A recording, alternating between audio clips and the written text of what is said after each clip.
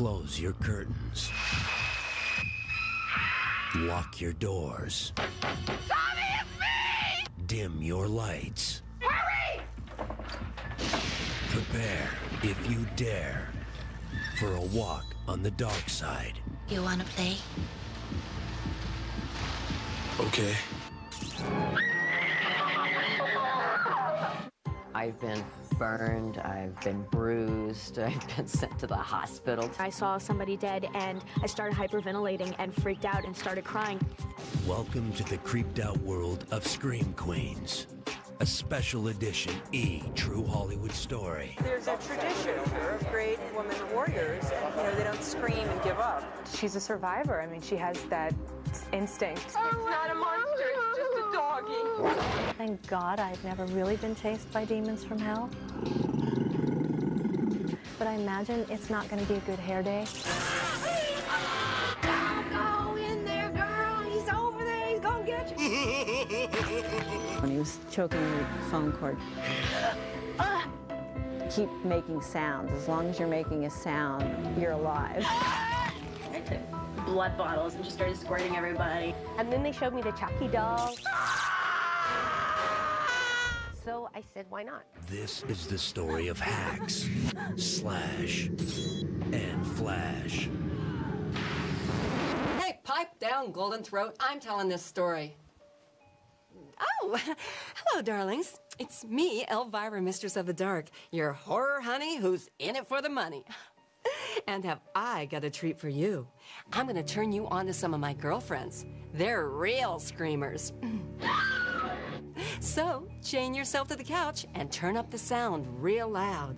This is the story of Scream Queens. The True Hollywood Story. The dream of being one of them. From life's ambition, recognition, Coverage of the public scandal.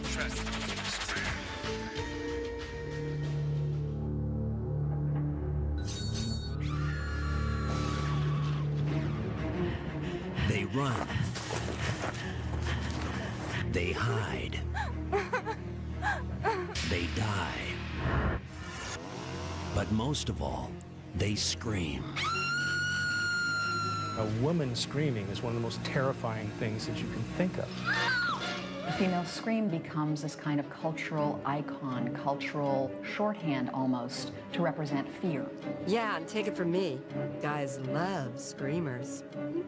You see a woman screaming, oh, she's under threat probably from a monster. Or in my case, a horny producer. You're in the middle of shooting a scene also, and, you know, it's terrifying. You know, you say cut, and your heart is still pounding. That hook was real that we used. It's this sharp silver hook, and it would cut you all the time if you weren't careful. And you're running, and there's this man with this hook, and you know the situation. You're watching someone get beat up. It was terrifying. I will never, ever, ever again watch a horror film and say, oh, right, like that's acting. They're running around a room screaming. I have to say, it is much harder. I have so much more respect. And like, I mean, I would run up and hug and kiss somebody that was in a horror film and say, you are God. You worked really, really hard, because now I know how hard it is. So what defines a Scream Queen?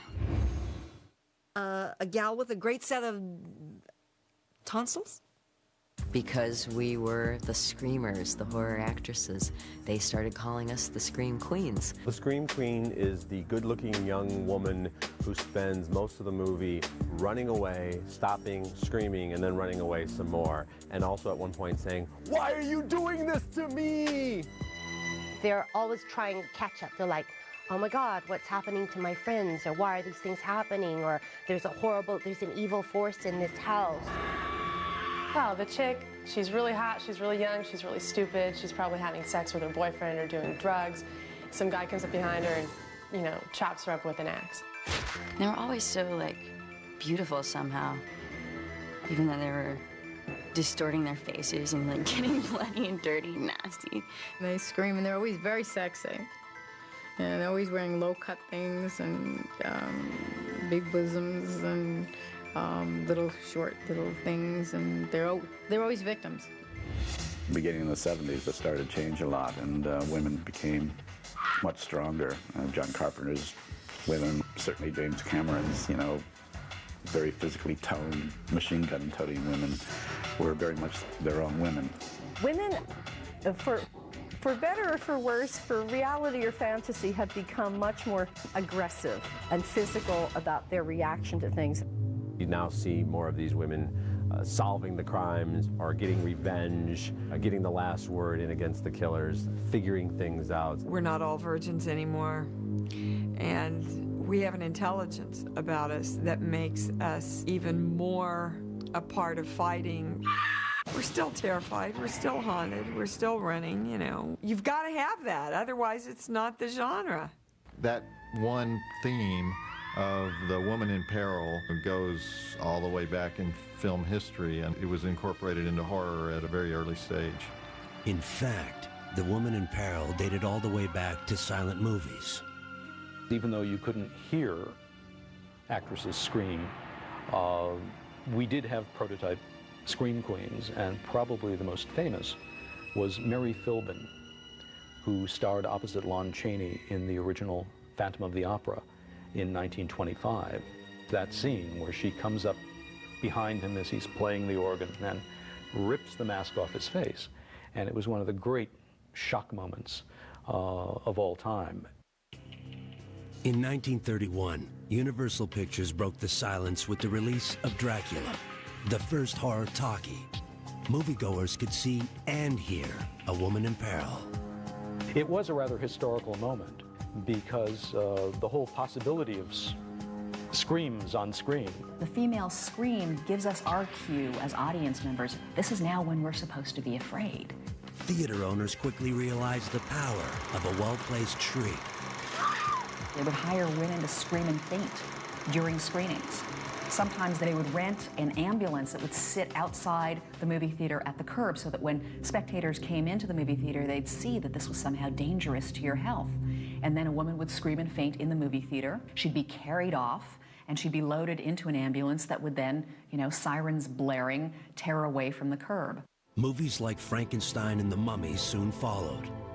Then, in 1933, a little lady with a big voice amped up the fear factor. Although the term Scream Queen was not yet invented in the 1930s, there is one actress who obviously fits the description. Her name is Fay Wray. Fay Wray appeared in chillers like The Vampire Bat, Dr. X, and The Mystery of the Wax Museum. But a date with a giant gorilla lifted her career to new heights. Fay Wray is perfect in that film. She has that vulnerability, but yet also the strength of character. She's the only person in that film who understands what Kong's going through. The men just want to kill him. However, it was Ray's pipes that really stole the show. Long sections of King Kong are nothing but screams. She screamed her way through the entire film. So Scream Queen, as far as I know, came about as a kind of reflection of this heroine who was supposedly in a state of fear throughout an entire film, and Fay Wray was a significant icon of that in the 1930s. By the mid-30s, the Screamers took on bigger roles. We started getting our first female monsters. One was Elsa Lanchester as the Bride of Frankenstein. Bride of Frankenstein was the introduction of a somewhat unconventional monstrous figure in the form of a woman. She's a monster, but she's also a screaming woman. In 1935, we also had the first female vampire, who was played by an actress named Carol Borland in MGM's Mark of the Vampire. The following year, 1936, Universal Pictures took a bite out of the same vein. Rather regal actress named Gloria Holden played Dracula's daughter as a kind of tormented lesbian. And she was a really compelling figure, a very kind of seductive, mysterious figure who has pretty eclectic taste in victims. Whereas Dracula was primarily interested in female victims, his daughter is also primarily interested in female victims. During the early 1940s, horror films became a popular diversion from the sobering reality of World War II. And one actress turned panic into a fine art. Evelyn Ankers, who played opposite Lon Chaney in the original Wolfman, and she was also in Ghost of Frankenstein, and she was in The Mad Ghoul, and many others. Was virtuosic in her screaming, and she could come up with a scream for almost any kind of occasion. In 1945, World War II ended. Rosie the Riveter returned to the kitchen, and Scream Queens became eye candy again.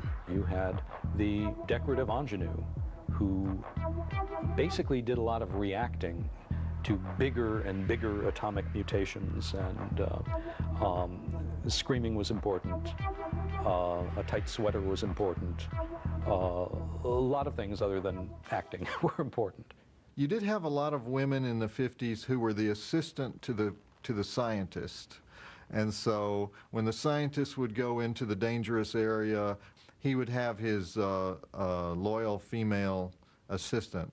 However, in 1954, Julie Adams turned the tables, playing Brainy K. Lawrence in Creature from the Black Lagoon. Creature was one step away from just the victim, because she was a scientist. She was an ichthyologist. So I got to have some of those long speeches about, the fish and so on and so forth. And so I think that it was one move away from just the pure victim, just the beautiful limp lady being carried away by the monster. The creature is awkward, clumsy, he has big pits on his face, and he's ugly and he's unpopular. Okay? And he's in love with the beautiful girl. Can't you see why adolescent boys would identify with this guy, Plus, the adolescent boys lived in the Black Lagoon of their room, where they couldn't leave, just like the creature.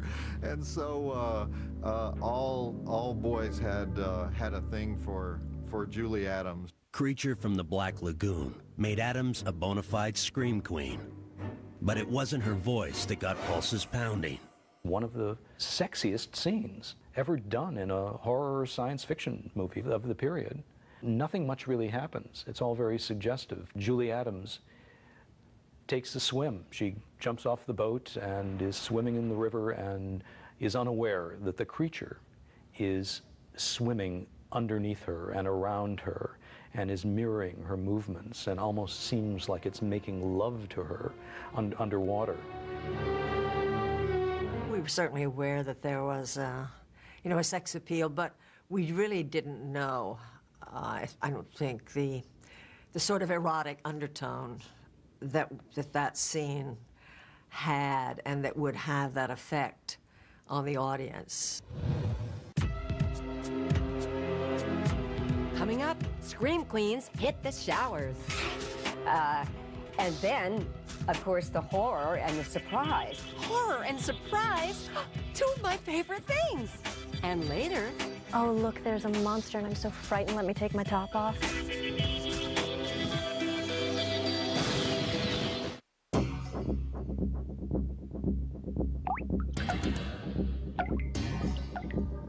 In the 30s, 40s, and 50s, Scream Queens were sucked by Dracula, pawed by the Wolfman, and carried away by a Lecce Lagoon lizard. But in 1960, a nerdy mama's boy became a girl's worst nightmare. By 1960, the public had really, I think, had its fill of all of the 1950s cliches, the atomic monsters, the alien invaders, all of the things that they had seen 100 times before. Legendary director Alfred Hitchcock agreed. The master of suspense scored big with films like Rear Window and North by Northwest. But in 1960, Hitchcock redefined the word fear. Psycho remains a benchmark in horror film. Hitchcock chose striking 32-year-old A-lister Janet Leigh for the lead. I heard about Psycho one afternoon. I received a note from Mr. Hitchcock, and said, "Dear Janet, please consider the role." I called MCA and I said, "Of course, I'll do it. I want to work with this man." In late November 1959, cameras rolled on Psycho. Janet Leigh was the biggest name in a cast that included Anthony Perkins and Vera Miles. Leigh played Marion Crane. It's her story, the audience thinks. Marion is a secretary who impulsively steals a bundle of cash from her boss, then hits the road. But Marion's trip is cut short at the desolate Bates Motel, where she meets the owner, a strange character named Norman. You're all involved with this lady and her love affair. Now they think it's going to be a menage a trois. Which one is she going to go with? And then, of course, the horror. Janet Leigh, who we think is going to be the heroine who's going to be sustained throughout the movie, suddenly ends up getting killed very, very early in the movie. That was really, really unprecedented at the time. We lost Janet Leigh about less than halfway into the film. That was just shocking. So from that point forward, everything about Psycho turned the horror genre on its ear. Psycho opened in June 1960. True to form, Hitch came up with a clever tactic to hype his masterpiece. You wouldn't be allowed to enter the movie theater after the movie started screening. If you think about Psycho, it was very important that spectators actually saw the film from the beginning, because things happened very early on in that movie that were quite unconventional. Psycho broke box office records. The film also won a slew of Oscar nominations, including Best Director and Best Supporting Actress. It just wasn't the type of picture that people get nominated for. I remember I was in the kitchen and I picked it up, and Janet, you've just been nominated for an Academy Award. It was such a shock. I mean, I really was surprised. Neither Leigh nor Hitchcock won an Oscar. Still, the success of Psycho reinvigorated the horror genre. The early 60s also provided opportunities for a lot of Hollywood royalty who we hadn't seen much in recent years, people like Bette Davis and Joan Crawford, for instance, to make smashing comebacks in pictures like Whatever Happened to Baby Jane. Whatever Happened to Baby Jane depicted a psychological profile of sadism, torture, and murder. 54-year-old Bette Davis and 58-year-old Joan Crawford were cast as aging sisters and one-time Hollywood stars. Their warped relationship shocked moviegoers. So did the grotesque appearance of the former screen sirens. In an effort, perhaps, to just continue acting, that they also began to parody their own roles and began to take on parts that were, sinister, witch-like. For certain audiences, they're only known as these really hideous creatures with way too much makeup. The on-camera animosity between the two hags played by Davis and Crawford seemed to mirror their real-life rivalry. In February 1963, Whatever Happened to Baby Jane received 5 Oscar nominations, including a Best Actress nod for Davis. Crawford was overlooked, but the snub didn't stop Crawford from upstaging her co-star on the night of the award show. She arranged to be the designated acceptor for Anne Bancroft, who was up for The Miracle Worker and who in fact won. And so Joan Crawford was able to accept the Oscar that Bette Davis didn't get. Davis and Crawford never worked together again. However, both actresses continued making frightful fare like Hush Hush, Sweet Charlotte, Straight Jacket, and The Nanny. But not all 60s scream queens were portrayed as demented old ladies. In 1968, Roman Polanski gave birth to Rosemary's Baby. Mia Farrow, who was just perfectly cast as this innocent, waif-like, almost childlike, innocent, almost Virgin Mary type of mother. And then, of course, the ultimate horror, finding out that, it's the spawn of Satan. There are some theories that this sort of monstrous motherhood that gets represented in the film is some kind of reaction to women's liberation movement that was already, happening in the 1960s. There are some who say that it's somehow linked to, civil unrest in the 1960s, that somehow this monstrosity just gets manifested in this woman's body. The film's finale unnerved audiences. She is both a victim and an accomplice at the end of the film. She has been victimized, but she also, at the end, recognizes this baby as her baby. And so she then becomes complicit in this devil-worshipping and in, releasing the devil's child into the world.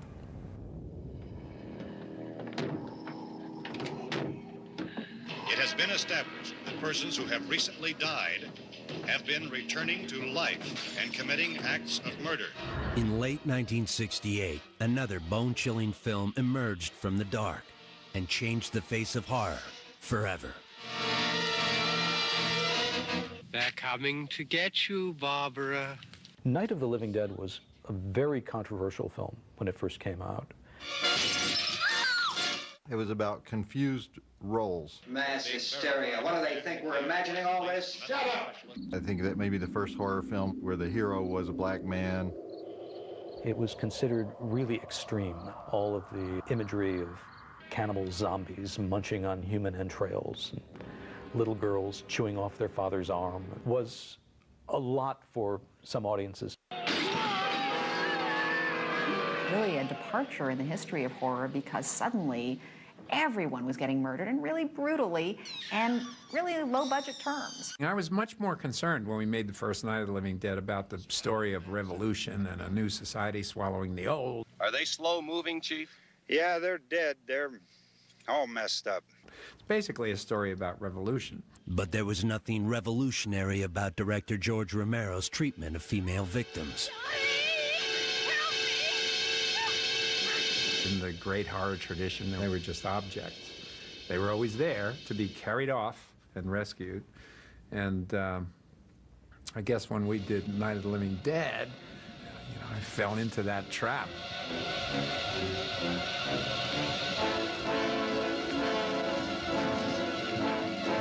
Romero faced some tough critics.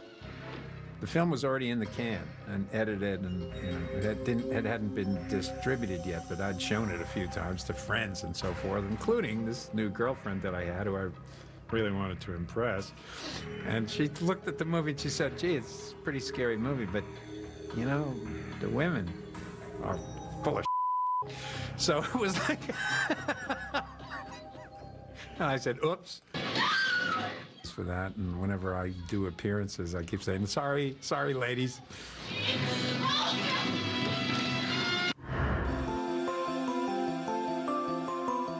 Don't go away, because when we come back, I've got a story that's gonna make your head spin. I was the little girl that wanted to be Cinderella that was made into this horrible, horrible creature.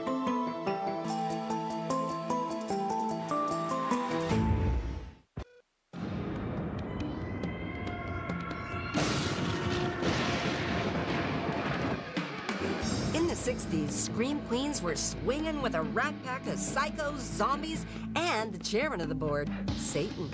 And some of them wore a bit too much makeup. So much for peace, love, and the natural look. But by the 70s, Scream Queens were ready to raise a little hell of their own. The early 70s were really just the beginning of a watershed in American culture. Everything had gone sour in Vietnam. It was the time of the women's liberation movement. It was very threatening to a lot of men, but it also, after a while, just you started to wake up and say, wait a minute, they're right, you know, we've been depicting women as these defenseless creatures, and that's really kind of a passive-aggressive way of saying they're weak. In 1972, Wes Craven released The Last House on the Left. Craven's directorial debut was a gruesome and sadistic thriller about two teenage girls who come to a very bad end. You have the kind of innocent child with her friend who was much more from sort of the rural area and was a much tougher, worldly-wise girl. And so in Last House, it was kind of those two kind of women going out to a rock concert, kind of the modern pilgrimage. And, you know, they both get killed. In a very horrible way. The bad guys, escaped convicts pushed to the brink of madness by a thug named Krug. The sort of male figure who is just completely macho. It was kind of like the Stone Age man that was on his way out in the 70s, but still needed to be challenged. However, the violence was over the top. It showed straight on hardcore violence that in a film that you know, horror films never were that blatant before. I think about the way they showed things. People demanded their money back, and they threw things at the screen, and they ran out of the theater. 1 year later, filmgoers ran out of theaters again, but for a very different reason. In 1973, probably two of the greatest horror roles of all time for women came along in the same movie, and the movie was The Exorcist. The Exorcist was based on William Peter Blatty's best-selling novel. The story showed a mother's fight to save her daughter from demonic possession. In spring 1972, Blatty and director William Friedkin began casting. Hundreds of young hopefuls auditioned for the role of Regan MacNeil. One 13-year-old actress turned heads. Her name, Linda Blair. She projected the stability and the wholesomeness and the optimism and the normalcy that we wanted for this girl. I was the little girl that wanted to be Cinderella that was made into this horrible, horrible creature. A creature with a tormented mother. 39-year-old Ellen Burstyn landed the part. Her pain, her performance is so strong. You would never believe my performance if it wasn't for Ellen Burstyn. Ellen Burstyn is very powerful, very strong, trying her best for her daughter, but eventually going to have to leave it to the boys. You know, it's going to have to be the two priests who come in and do the job. On December 26, 1973, The Exorcist hit theaters and scared the devil out of audiences. People were fainting in the aisles and throwing up. They were either watching it 20 times in a row, or they were fleeing the theater or getting sick in the theater. Linda Blair and Ellen Burstyn both received Oscar nominations. Neither went home a winner. Still, The Exorcist took the reputation of Scream Queens to a whole new level. Now, there are a couple of key things there. First of all, you had, again, a real innocent, a young girl playing this victim and saying the most unimaginably obscene things. The shock value lies in the fact that it's a 12-year-old girl. And in the first half hour of the movie, she's so innocent and sweet, and she wants a pony. From out of this child comes this very powerful, evil female voice. You know, it's a very powerful image and concept. It's much more frightening to be frightened by innocence. Just something that comes out and says, I'm evil from the very beginning. The Exorcist whetted America's appetite for graphic horror. But 1 year later, in 1974, another gruesome film made moviegoers lose their lunch. The Texas Chainsaw Massacre is one of the most preeminent, powerful films made in America in this century. It was just, you know, one of the first, what we might call splatter films.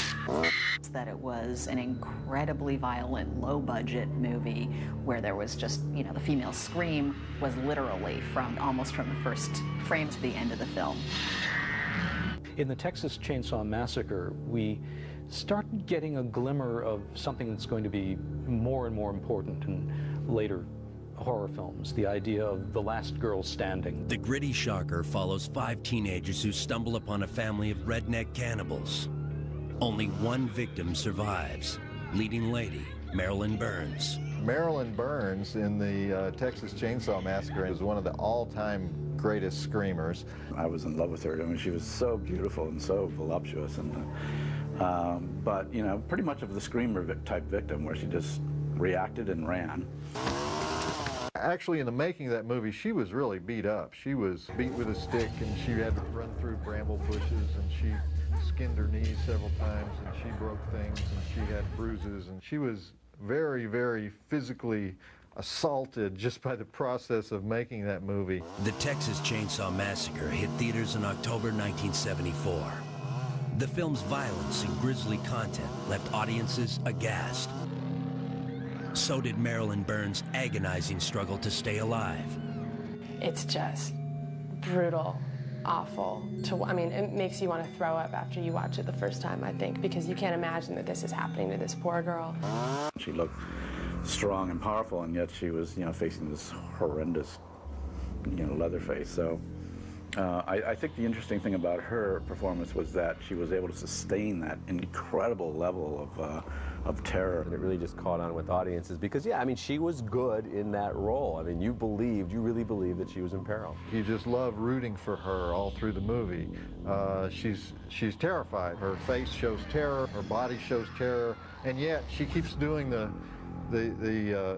physical thing to get away. I don't think anybody had ever seen that happen to a woman in a film before. But in Chainsaw Massacre, you still have the girl as victim. She doesn't stand up to the monster. However, Marilyn's ordeal was a step in the right direction. The change was on its way, and soon we started seeing women standing up to the thing that was terrifying them. Coming up, you've got a date for the prom. Oh, and don't forget the pig's blood. She slept with the blood on her because she didn't want to shower every night and have them do it over again.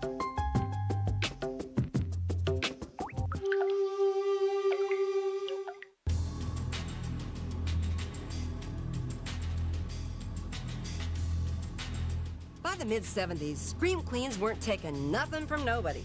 These girls were tough, talented, and telekinetic. Carrie is one of the best horror films of all time because we think it's about this poor, abused outcast, and oh, we feel so bad for Carrie, and then of course she really turns the tables. Carrie the movie was based on Carrie the novel by Stephen King. The story revolves around a repressed high school senior with psychic powers. The lonely teenager is teased mercilessly at school, until one day, she snaps. She killed everyone and all that, but it felt like good revenge, because what they did to her was just horrible. In 1975, director Brian De Palma signed on to bring Carrie to life. De Palma began searching for the perfect actress to play the lead. Art director Jack Fisk suggested his wife, 26-year-old Sissy Spacek. He kept saying, "You gotta test my wife." And Brian would go, yeah. They finally did, and then obviously it was, you know, she gave the best screen test. John Travolta and Nancy Allen joined P.J. Soles as Carrie's tormentors. 25-year-old Soles played 12th grade prankster Norma. They wanted to see every new face in town. I was one of them. I had my overalls on and my red baseball hat, and I walked in, and Brian De Palma looked at me and he goes, "I'm putting her on my list." Shooting began on March 1st, 1976. Sissy Spacek immersed herself in the role of the painfully shy outsider. Every day she was so concentrated and just stayed kind of separate from us. Carrie suffers at the hands of Norma and company. Yet her final humiliation plays out in front of the whole school. Carrie is crowned prom queen, but it's a cruel setup.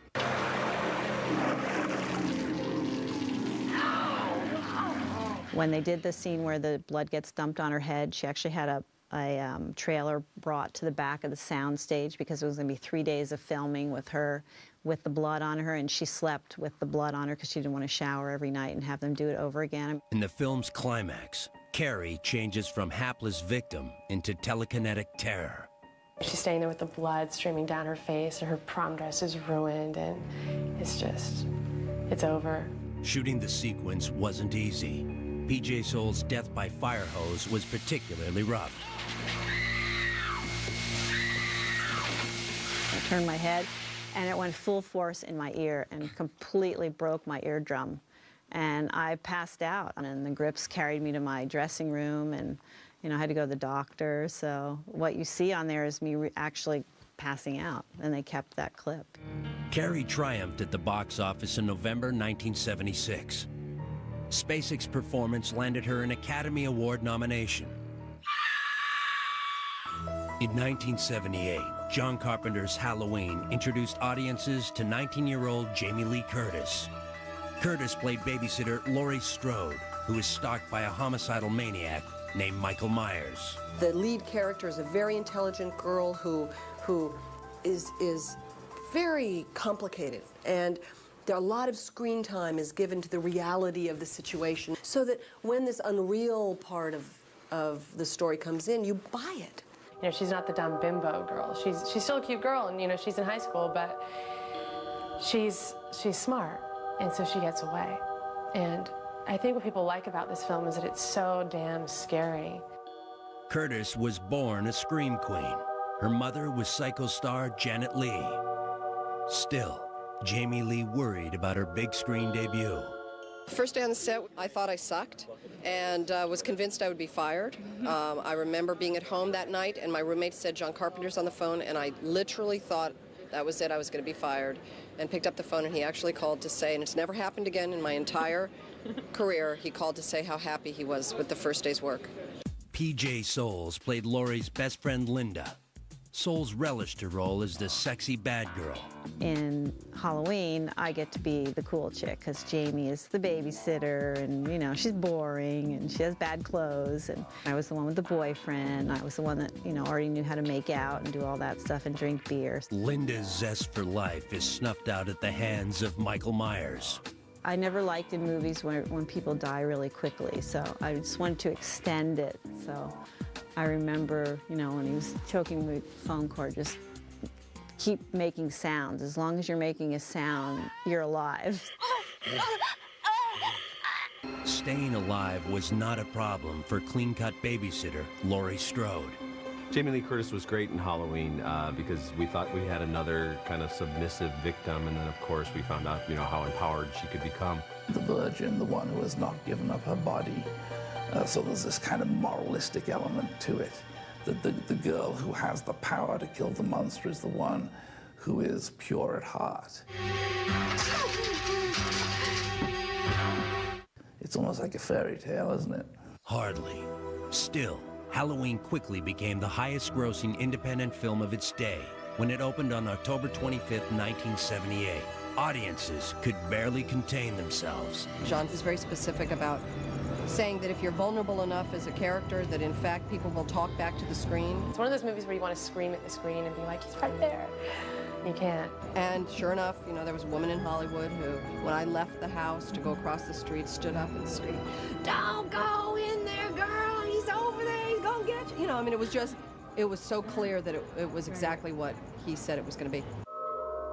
In 1979, Scream Queens rocketed into deep space with Ridley Scott's Alien. 28-year-old actress Sigourney Weaver starred as the resourceful Ellen Ripley in this chilling tale about a crew of astronauts who pick up a deadly stowaway. What most people remember is Sigourney Weaver. There is the protagonist who really kicks butt. She takes charge, she knows what she's doing. Sigourney Weaver was the ultimate kick-ass woman in outer space. She just was, you know, like an ordinary person who's put in this extraordinary circumstance, and no one else is going to help her. We've all been in situations like that where, you know, even though we don't know what we're doing, we're going to have to keep going, put one foot in front of the other. She outwits the monster. She doesn't, you know, kick the out of it and walk away. She outwits it. And that's the woman's solution. Intelligence, not, you know, not a bigger gun. Coming up, rock, paper, machete. Mrs. Voorhees, of course, is also a crazy bitch, which helps. I mean, you really hate her.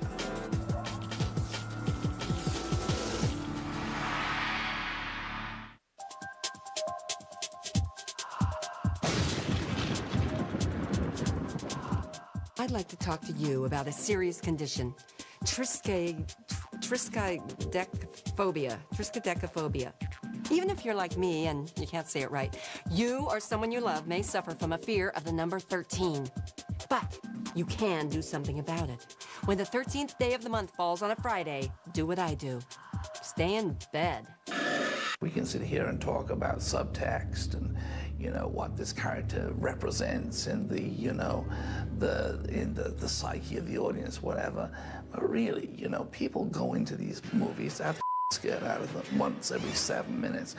Now, for me, Friday the 13th, it was once every 3 minutes. The first time I saw that movie, I was a little pool of sweat at the end of it.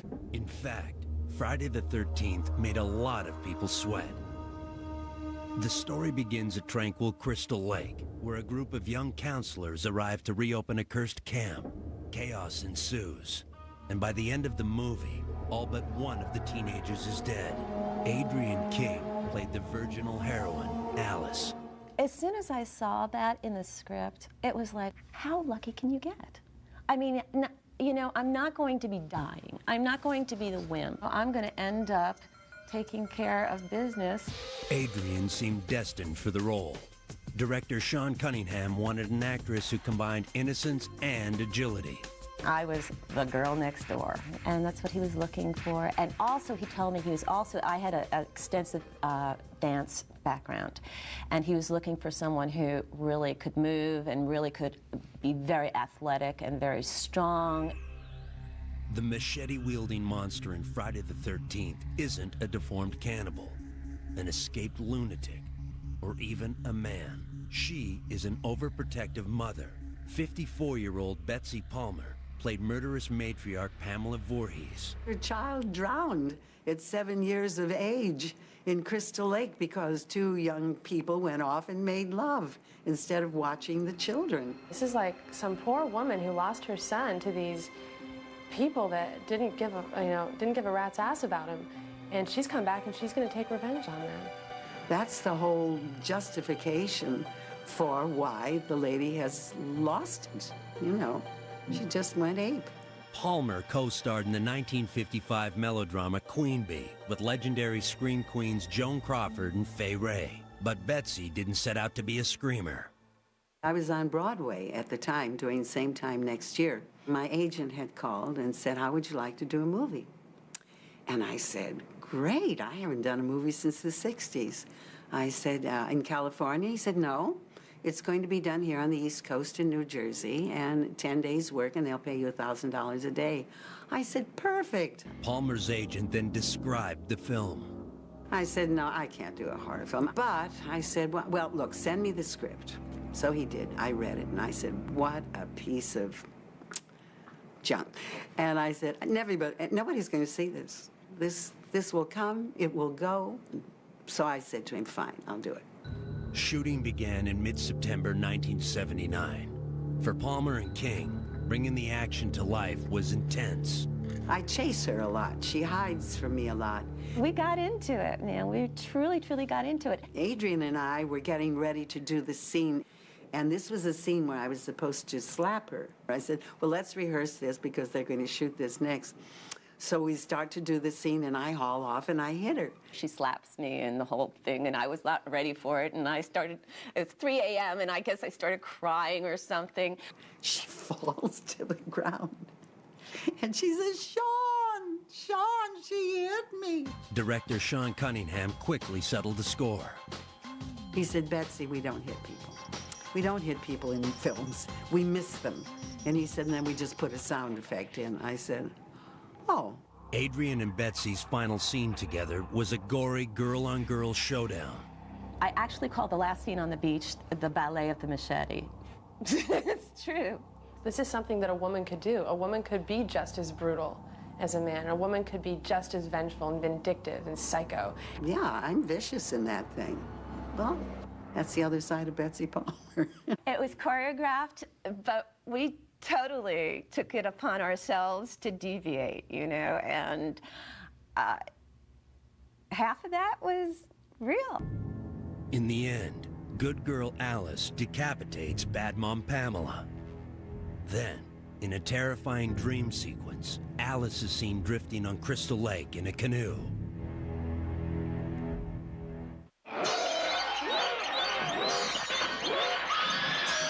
13-year-old Ari Lehman played Pamela's drowned son, the not-so-dead Jason Voorhees. That's what they said. First we want you to swim and drown, and then, oh, grab this girl in the boat. For Jason's victim, shooting the scene was scary. Seeing it, absolutely terrifying. Adrian and a special guest got their first look at an advanced screening. I'm watching the whole film with my mom, and she's like sweating it out. So then we're at the end, and she's like, I can hear her going, oh, thank God she's safe. You know, it's like my mom's like tapping me on the knee, like, good job. And I'm just sitting there waiting.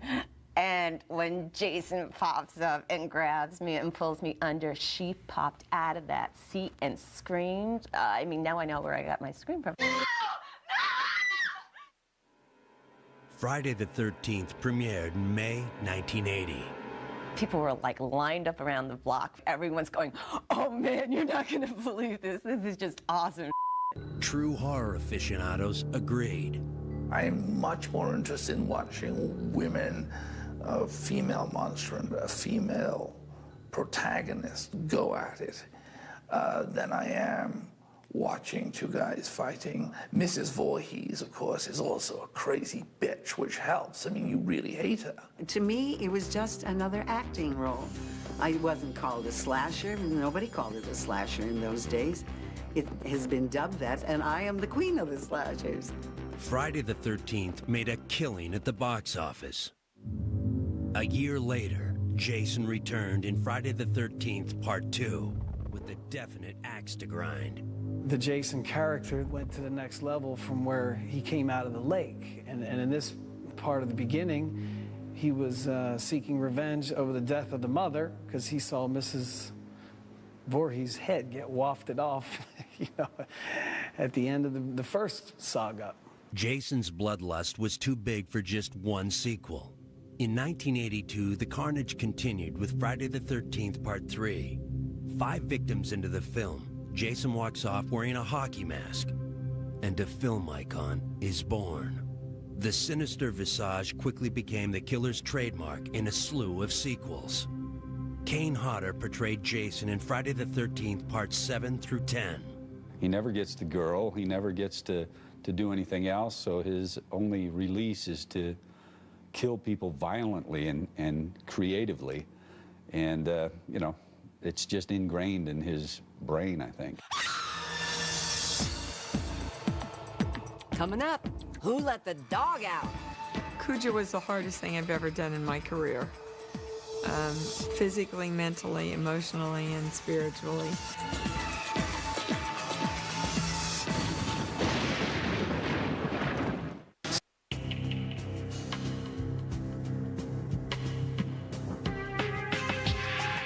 Now, not every horror flick mother is a battle axe wielding battle axe.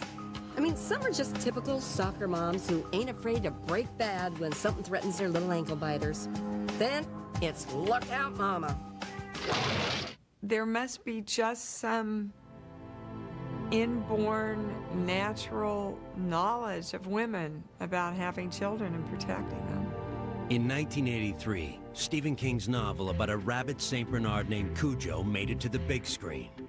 When the crazed canine attacks Donna Trenton and her son, this Scream Queen mom really goes on a tear. Dee Wallace Stone played the determined Donna. Dee Wallace and Cujo, there's a situation where this is a woman who is trapped, yet remains strong, looks for the solution. She was a real person kind of defending her family. And it's something that you usually see men doing, like defending their families in films against a creature or against something. But this time you've got the mother defending her child. So, and you get to see how brutal a woman really can be. Stone was used to taking on evil. The 34-year-old actress got plenty of practice in shock cinema classics like The Hills Have Eyes and The Howling. I scream well, I cry well, and I die well. But shooting Cujo took a lot out of Stone. It's not a monster, it's just a doggy. Your body goes through the same chemical things as it does in real life. So the entire film almost is you're in fight or flight, which is what your adrenals do. So it just totally blew my adrenals. Stone's method acting paid off. Her kid is freaking out, and she's trying everything she can to hold it together. Like, she's on the breaking point herself, and she doesn't even think at this point that they're going to be alive, and her kid just will not shut up. Wow, how could she yell at her kid like that when he's so upset and they're about to die? I got more letters from mothers going, I so identified with that moment when you lost it with that kid and how guilty you felt. When her son stops breathing, Donna finally takes on the Hound from Hell. It's a breaking point for her, and she's like, it's all up to me. I'm the only one that can get us out of this. He's relying on me, so I've got to do whatever it takes to get out of here. However, no mom comes to the rescue in Wes Craven's 1984 film, A Nightmare on Elm Street. This time, a resourceful teenager stops the killer. There was a strong female survivor in the Nightmare film, but also, you've got a different kind of villain that comes to you in your sleep, and that idea that, that you can't escape your dreams, I think, really works for a lot of people, because some people, they're never as terrified as they are during nightmares. On Elm Street, the nightmare becomes real, with razor-sharp claws and a wicked sense of humor to match. His name, Freddy Krueger. And action. Think you're so smart, huh, bitch? Freddy is this guy who was a child molester back in the day in their neighborhood, and all the parents got together one day and they burned him because they were sick of him terrorizing their children and their families. None of the children realize that this happened, and they all grow up in this neighborhood, and all of a sudden they start having these terrible nightmares. He is a boogeyman in the truest sense of the word, and a boogeyman is a pretty classic ingredient, especially in German literature and Teutonic literature of the horror genre. So I guess, yeah, we could say he's kind of a classic invention from Wes Craven's mind, yeah. Ending the nightmare takes a special kind of heroine, and director Wes Craven found her. I just wanted kind of the girl next door that would look like she would be a pushover for this, monster, but turned out to be the one person that could stand up to him. And Heather Langenkamp just had that quality in spades. 20-year-old Langenkamp played Nancy Thompson, who figures out there's only one way to outwit Freddy: don't sleep. But Nancy can't stay awake forever. She's the only one that's put 2 and 2 together. Nobody takes her seriously. Nobody believes that she knows what she's talking about until it's just too late and everybody's gone. And she's the only one at the end who because she's realized the situation, she's the only one at the end who has the power to confront Freddy and get rid of him. She was smart enough to see what was really going on. She was brave enough and, living in reality enough to not listen to the lies.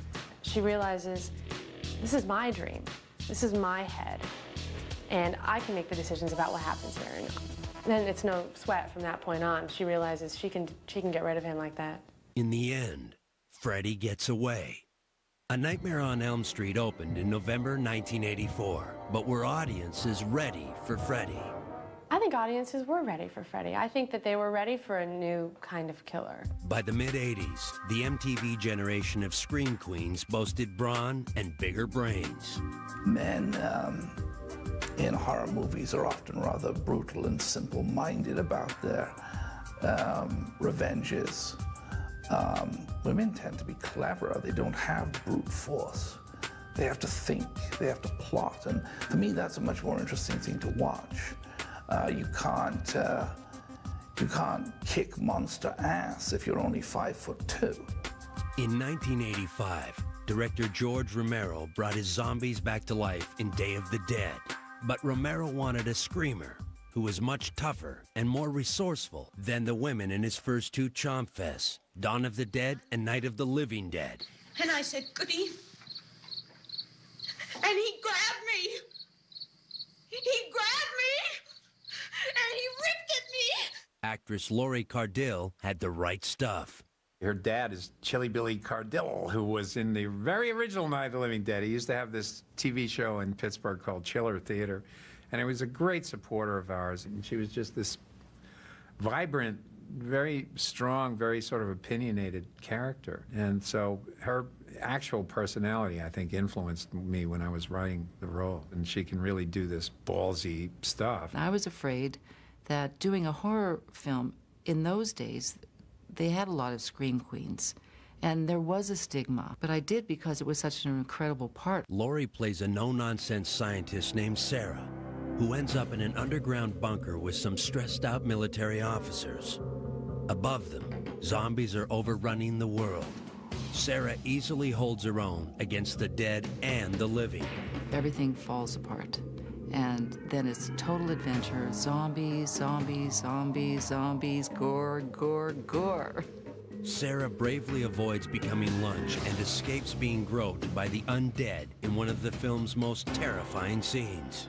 You know the first effect, when the hands come through the wall? I want some of the fans to know this story.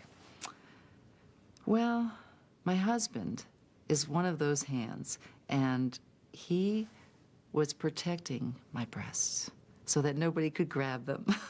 So he's proud of that. He's a part of history, protecting my breasts. But no sooner were the zombies laid to rest when the mother of all monsters resurfaced. In the summer of 1986, Sigourney Weaver returned to space as Ellen Ripley in Aliens.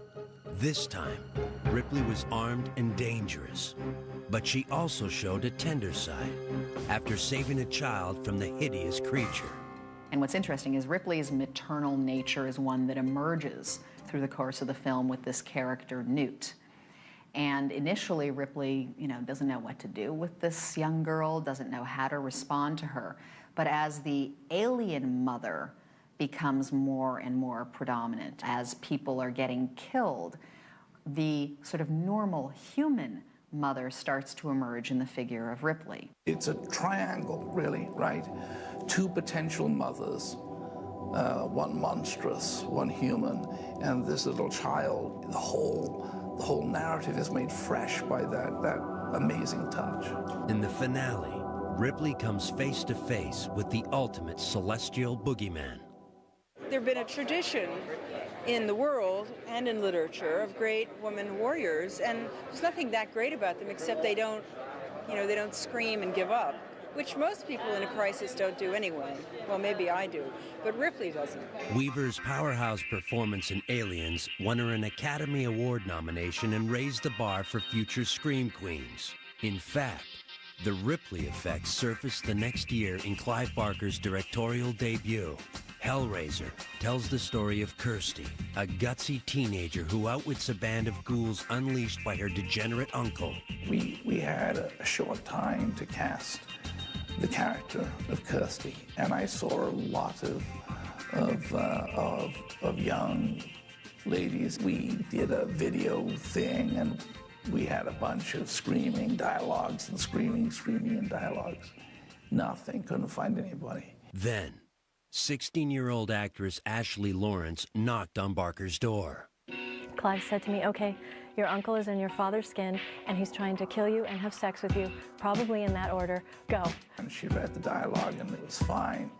And I said, nah, we're coming to the really important here, scream for me. And it echoed down the hall. It was fun. I said, we're going to do this. Ashley, however, wanted more than fine. She set out to make Kirsty unforgettable. I said, I don't want to look like I'm in one of those douche commercials, all like windblown and, oh, look, there's a monster and I'm so frightened, let me take my top off. And she was completely into it. She so much did not want to be glamorous. She kept saying to me, can I be dirty today? Can I be bloody today? If I'm going through hell, then I needed to look like it. And I was like, I want to look lousy. He was like, all right, done. Thank God I've never really been chased by demons from hell, but I imagine it's not going to be a good hair day.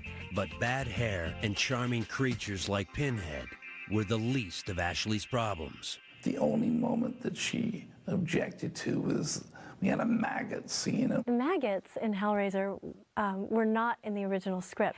And Clive comes up to me with the maggot wrangler, because apparently maggots need wrangling. I don't know. And he puts his hand into this vat of maggots, which are covered in sawdust, so they make this sound like shh. He says, look, they don't hurt you because your flesh is still living. She said, okay, I'll only do this if you'll throw the maggots at me.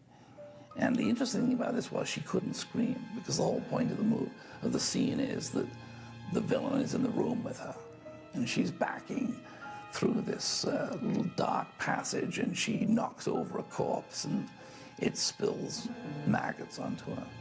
So I said, okay, I'll do the maggot wrangling, and you'll have to trust me. They were in my hair, they were in my shirt, they were in my jeans, and yeah. So I mean, Clive pretty much could get me to do anything. In the end, maggots helped turn this Scream Queen into one of the best. But there's very little that they can throw at me now that I can't handle. I'm kind of grateful for it.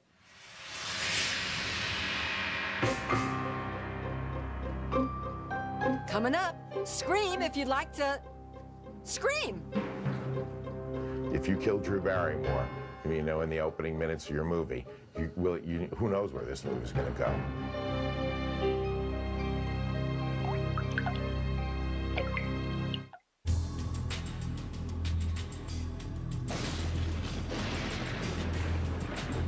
'80s Scream Queens weren't just on the big screen. There was this new thing called street video, where I did some of my best work. Now Scream Queens could invade your living room or bedroom. Classics? Not exactly. Well, one of the cheapest types of movies to make is a horror film, because basically you can do it in one house, you can do it on one location, and you can do it with no name actors, because horror is one of the genres where you don't really need stars. And so there were a lot of horror films that came out that were extremely low budget that were made for the video market. Skimpy budgets were only part of the story. Flicks targeted to the rental market upped the ante on shock value. More gore and plenty of skin. When video had its rise in the mid-'80s, they needed something that would attract the audience's attention. Nudity was one of them. So they would always incorporate toplessness, shower scenes, things like that in the films. Brinke Stevens used her assets to become a popular B-movie scream queen. But this brunette was no bimbo. In fact, Stevens had a degree in marine biology. I thought, well, I'll just do acting as a temporary job until I can find a job in science. All through school, I always wanted to be queen of the prom. And it never happened? Oh, what a shame. Brinke bared all for the first time in 1982. She didn't last long on screen, but her performance was memorable. Called Slumber Party Massacre. This was in the height of the slasher phase, so they needed a lot of pretty girls to die horribly. It was the first time that I died on film, the first time I screamed, and the first time I had to take a shower scene. This was to become a template for the rest of my career. In 1987, Brinke's popularity boomed in the home video market, following a slew of slaughter flicks.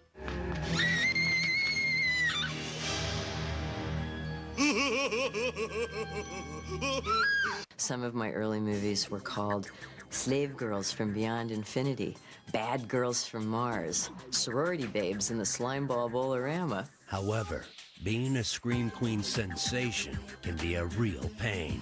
I've been burned, I've been bruised, I've been sent to the hospital, to the emergency room on films. It's really intense and it's very difficult physically. The explosion of straight-to-video product continued to flood the rental market. But by the early 90s, the major studios hit back with big-budget theatrical releases. And big bucks meant A-list actresses like Kathy Bates and Jodie Foster. The scream queens were suddenly silenced. I think the reason that horror films disappeared for a while in the 90s after Misery and after Silence of the Lambs, they had brought the bar had been raised so high because these were such high-quality works, and we had seen so many Friday the 13th and so many Halloweens, and people, I think, were getting a little tired of the fact that we thought the monster had been killed, but we knew he was really going to return. I think people got sick of horror for a little while, to be honest. I think people felt like it was played out and that there wasn't anything new that could be brought. So I think it was a combination of, yeah, it's true, there wasn't a lot going on with it. And people also didn't believe that there could be anything going on with it. Then, in 1996, fledgling screenwriter Kevin Williamson gave new life to the low-budget, high-concept horror film. Williamson called his brainchild Scary Movie, and writing the script became a labor of love. Kevin drew inspiration from John Carpenter's 1978 horror classic, Halloween. That was the movie that got it all started for me. When Jamie Lee Curtis was running, I was running. It made me want to tell those kind of stories and put people on that roller coaster. However, Williamson was determined to take audiences on a different ride, one that combined terror with laughs. Director Wes Craven loved the concept. It's so unusual. It's not really a horror film. It's not, I don't think of it as a spoof at all. It is a very dark and ironic look at kids who are sort of steeped in horror films, and a series of murders that begin to plague them that are based on similar events in horror films. 21-year-old Drew Barrymore also joined the party.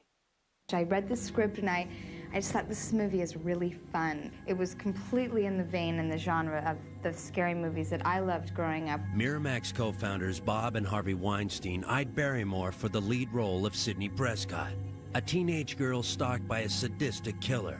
But this was no ordinary creep. He quizzes his victims on horror movie trivia before cutting them up. Drew wasn't psyched about playing the heroine, but she did suggest another plan to Bob Weinstein. He then called Wes Craven. He said, Drew's decided she just wants to do the first character. but I think it's a good idea. The first character is Casey Becker, and Casey gets killed off after just 12 minutes on screen. And I thought it was a terrible idea. I thought, oh man, there goes the film. Called up Drew and talked to her, and she says, I think it's going to be really good. I think you're going to get the same impact, and they're going to be really shocked when I die. Craven warmed to the idea, but losing the film's only bona fide big screen star made casting a challenge. What Bob did is that he took actual stars from television. We couldn't afford film stars, but he was smart enough to realize that television was a huge audience. Courtney Cox of Friends was cast as nosy news reporter Gail Weathers.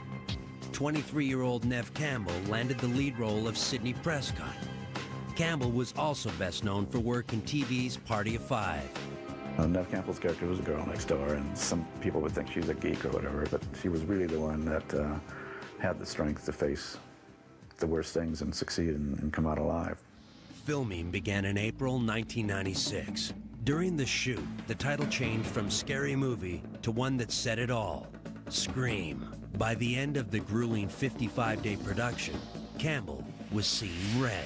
Last day of shooting, I'd been so sick of having blood all over me for about the last 3 months that I started, when they called rap and everyone started applauding, I took blood bottles and just started squirting everybody and to put it all over my hands and went like this on Wes's face, so I got everybody back. Scream opened in theaters on December 20th, 1996.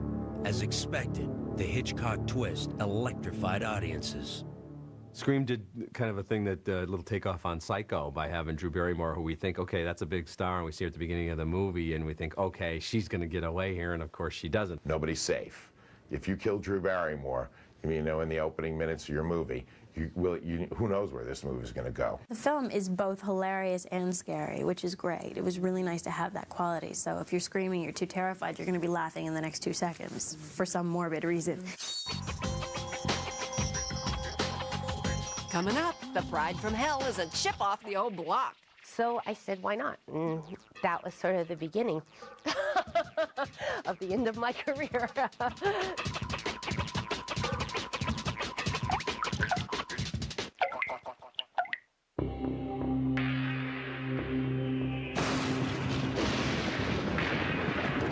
Scream brought the horror flick back from the grave and introduced a new crop of scream queens to the land of the living. Which is good because the dead just don't go to the movies.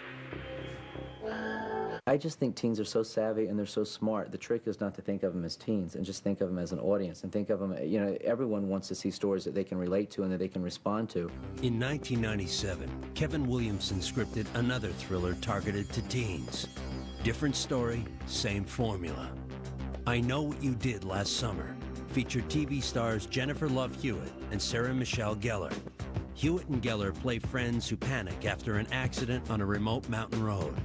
They're having a little too much fun and they end up hitting a man and trying to make a decision on whether they're going to go to the police and tell them that they've hit this guy or whether they're just going to sort of leave him for dead. Instead, the teenagers dump the victim into the ocean. Their decision comes back to torture her a year later. And a year later, when you see her, she is completely, completely different. She now, like a girl that used to have tons of life to her, has none left. Soon, notes arrive. They all say the same thing. I know what you did last summer. Then, a stranger in a black slicker shows up with a menacing hook in his hand.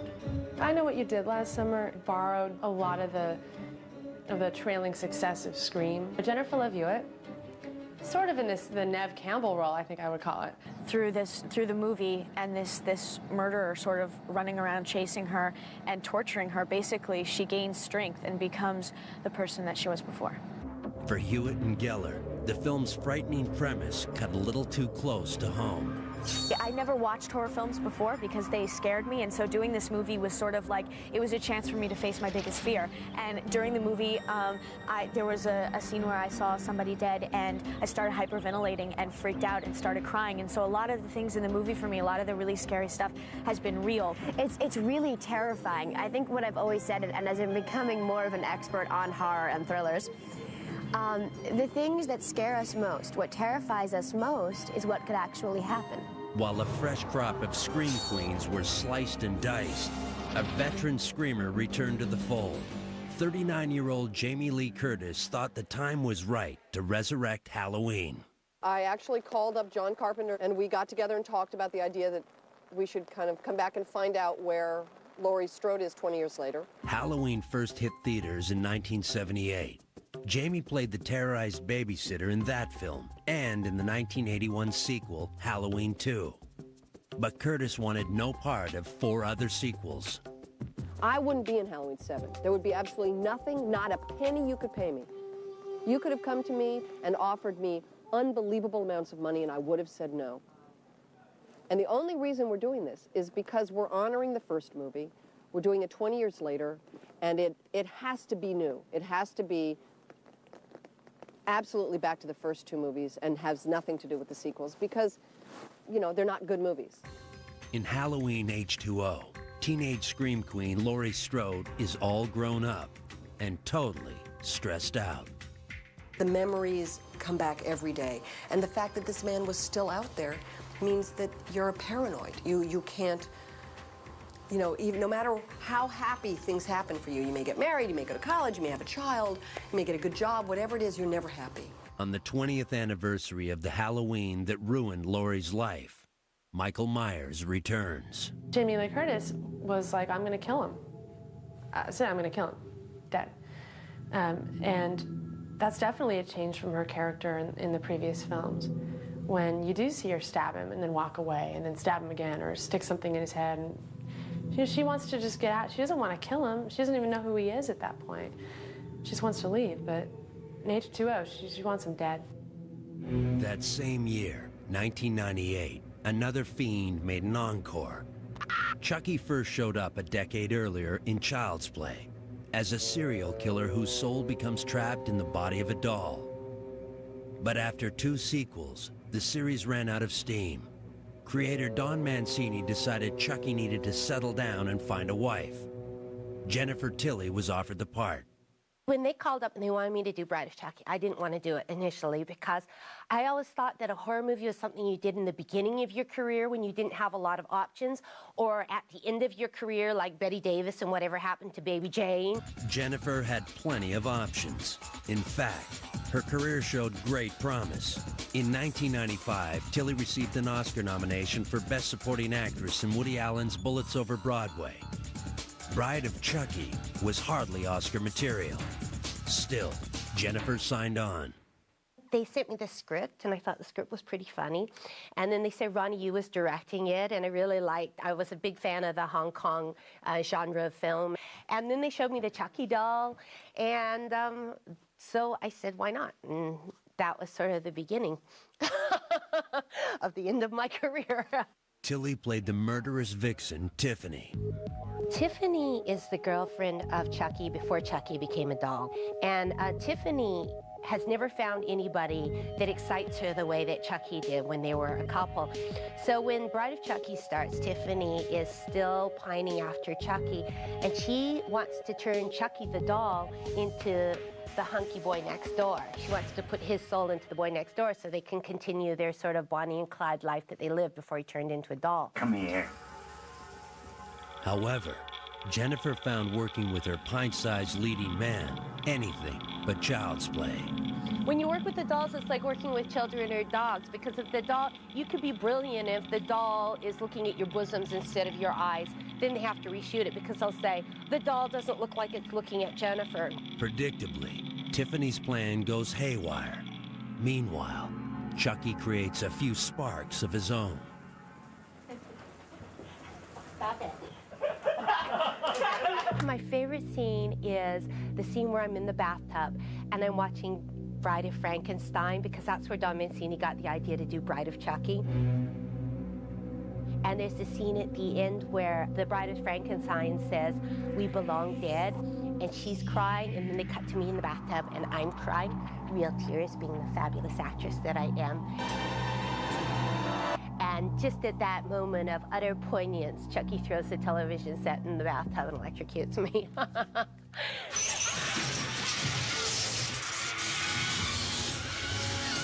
Chucky then transports Tiffany's soul into another doll. The two deranged playmates go on a murderous rampage. Jennifer had a blast during production. This is Rosie. She plays the character Charlotte in the movie. She's actually a real spider. And the key to handling a spider is you don't make any sudden moves. Because if she bites you, you probably won't die, but it's not a guarantee. Bride of Chucky opened in theaters in October 1998. The film surprised everyone. Don Mancini, who created the Chucky movies, he was convinced the reason the movie was so successful is because I was in it in all my fleshly glory. Coming up, if it worked once, it'll work again. And again. And again. A lot of big Hollywood companies are doing remakes of old classic films. Don't touch that knob. We'll be right back. Ass.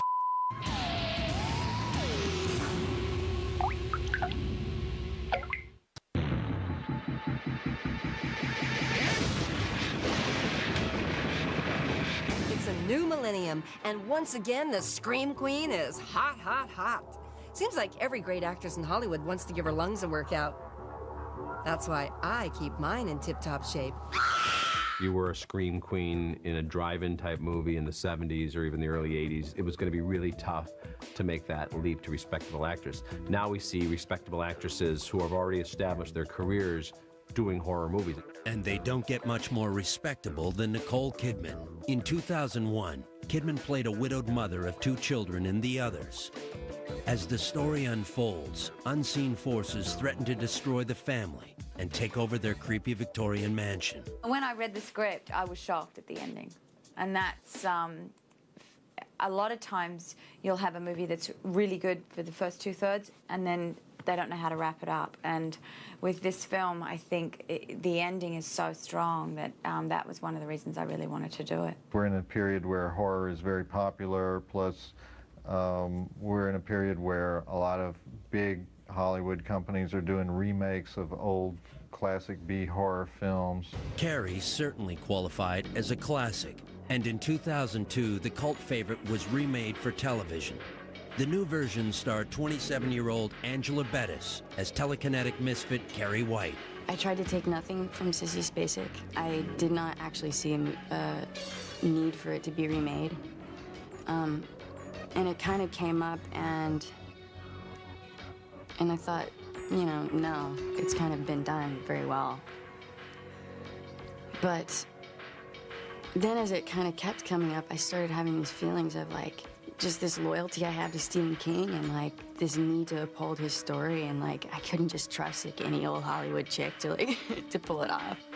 Angela knew that shooting the famous prom scene would be tough, but tough didn't begin to describe the ordeal the actress went through. This blood we were using is this insanely sticky stuff. Like, it took us 2 weeks to shoot that thing, the pig's blood scene. So I have this drenched dress, but it's that sticky, like, you guys know it? It's that corn syrup, like, sticky, gross stuff. However, filmmakers wanted to go beyond gross or redoing vintage Hollywood. Japanese horror films, 99.9% of American audiences haven't seen them, so they've got good material. Why not take well-known actresses and put them in the roles and remake them? Ringu, a big hit in Japan, became The Ring with Naomi Watts in the lead. Naomi first screened in the direct-to-video Children of the Corn 4. Watts later went on to make a name for herself in more serious films like Dangerous Beauty and Mulholland Drive.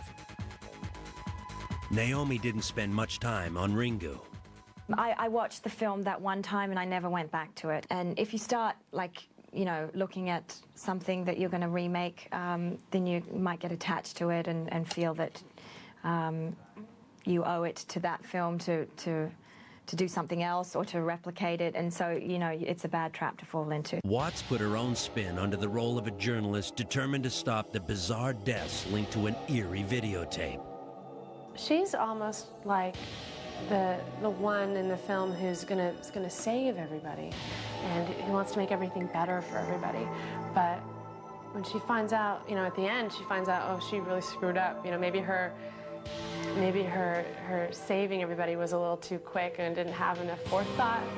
In 2003, 21-year-old Jessica Biel joined the ranks of the Scream Queens. Jessica appeared in the remake of Tobe Hooper's macabre masterpiece, Texas Chainsaw Massacre. Biel plays the last woman standing after a night of terror at the hands of some backwoods psychos. She's a survivor. I mean, she has that instinct, that will to survive, and that's also very important because it kind of gets her through the events that happen to them. Jessica knew what die-hard Chainsaw fans expected. And I was worried about what the cult fans were going to say, the followers who had, you know, when they first saw that movie, then saw it thousands of times and, you know it word for word and shot for shot. And it's nerve-wracking to do something like that. You just want to do a good job, and you want those fans to love it more than anybody else. The Texas Chainsaw Massacre created quite a buzz with a $28 million opening weekend. Still, reviews were mixed. A lot of people thought the new version wasn't nearly as scary as the original. I liked it, but I mean, I think it was just an attempt, okay, we have better special effects now, we have more sophisticated things we can do with camera work, let's see if we can make an even better version of it. Director Zack Snyder set out to do just that, with George Romero's 1978 zombie classic, Dawn of the Dead. Sarah Polley plays a young nurse who seeks refuge from an army of flesh-eating ghouls in a shopping mall. So I loved the idea of doing a remake of Dawn of the Dead. I just thought it was a really cool idea, and I've always really loved the original. I thought it was this really great commentary on consumerism, sort of disguised as a zombie movie. Polley related to her character in other ways. She's a nurse, she's hardworking, she has a good relationship with her husband. So she's just a regular girl who sort of ends up surviving, and I think sort of discovers her will to survive and her ability to survive as the movie goes on. Dawn of the Dead more than met studio expectations when it opened in March 2004. Remakes are big and about to get colossal. King Kong returns to the big screen in December 2005. Naomi Watts will recreate the role played by the original Scream Queen, Fay Wray. I think as long as people keep coming up with interesting twists on the genre, you'll see A-list actresses trying to get those roles. Every year, horror hounds gather at conferences all over the world to come face to face with their beloved Scream Queens. The conventions helped a lot with our popularity into becoming cult heroines. So I only did Halloween and Carrie, so I don't know, but they're just such huge successes that keep going on and on. And the fans are they just really, really love those movies, and they love the characters. You know, I've gone to a few conventions, and these people, they line up, they've got pictures, they want pictures, they just say, I love watching those movies. I love fans. They know, especially at the horror conventions, they know everything. They know all the stories. They get pictures that I've never seen before. And they're hugely, hugely loyal and appreciative of your work, and they kind of honor you in a nice way. It's interesting to me because I've been doing this for 13 years, acting, and I've done it every sort of venue, you know, drama, comedy, theater, and nobody has ever been as excited about me as the horror community has. I didn't even know my name was Pamela Voorhees until all these people you know who are fans tell me these things. They're true blue fans. They're like hardcore. They don't mess around. And if they love you forever. Horror enthusiasts just can't let go, since fiction is a lot more fun than fact. And I was pushing my cart this one night, 11 o'clock at night, and I hear behind me, and I thought, I'm just going to ignore this, you know. And then, and I turned around, and he said, I knew it. He said, I knew it was you. Same thing is true. Kids on the street, from across the street, would call out, Mommy, Mommy, kill her, Mommy, kill her. They love it. It's a trip. They don't say, Jennifer Tilly, aren't you Jennifer Tilly? They say, are you Bride of Chucky? And that's the movie that everybody knows me from. When I go to London, Mexico, Greece, everywhere I go, they know, you know, in France, I'm La Fiancée de Chucky. The horror genre continues to be box office gold as fans lust after the next good scare. And the ladies who drive the action and the soundtrack are lining up to let it rip as the next generation of Scream Queens. Horror or scary movies, that stuff will never go away.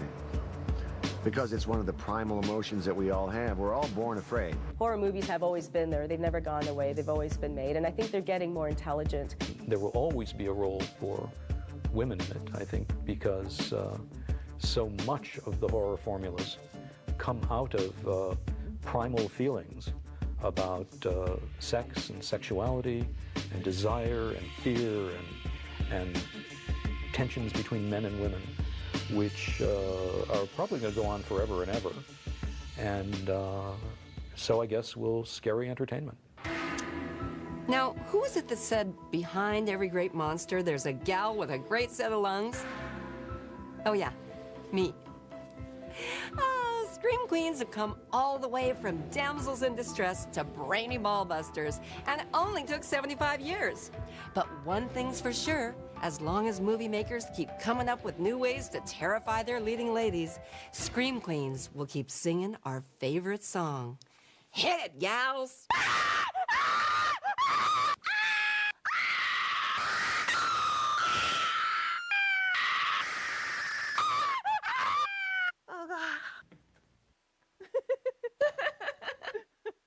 Your channel is stuck on E. I don't go to horror movies at all. I find them too horrible. I screamed over and over again for 45 minutes. I'm a big chicken. No, I don't like horror films. Until we got the perfect scream. I've fought off demons from hell. I'm good. I'm surprised nobody called the police. It will not die. Friday the 13th will not die. I always thought of horror films, the types that you think of as horror films, as being sort of like cheap porn violence. Holy, I've got a rabid dog on the top of me. It's like The Exorcist or Poltergeist or The Shining, or is it Poltergeist or Poltergeist? I couldn't break out of B movies now if I wanted to. It's all I've got on my resume. Be mispronouncing a word on True Hollywood Story. Okay, come on. Bite her in the ass, let's get over with it. I'm Chucky, and you're watching E! Entertainment Television.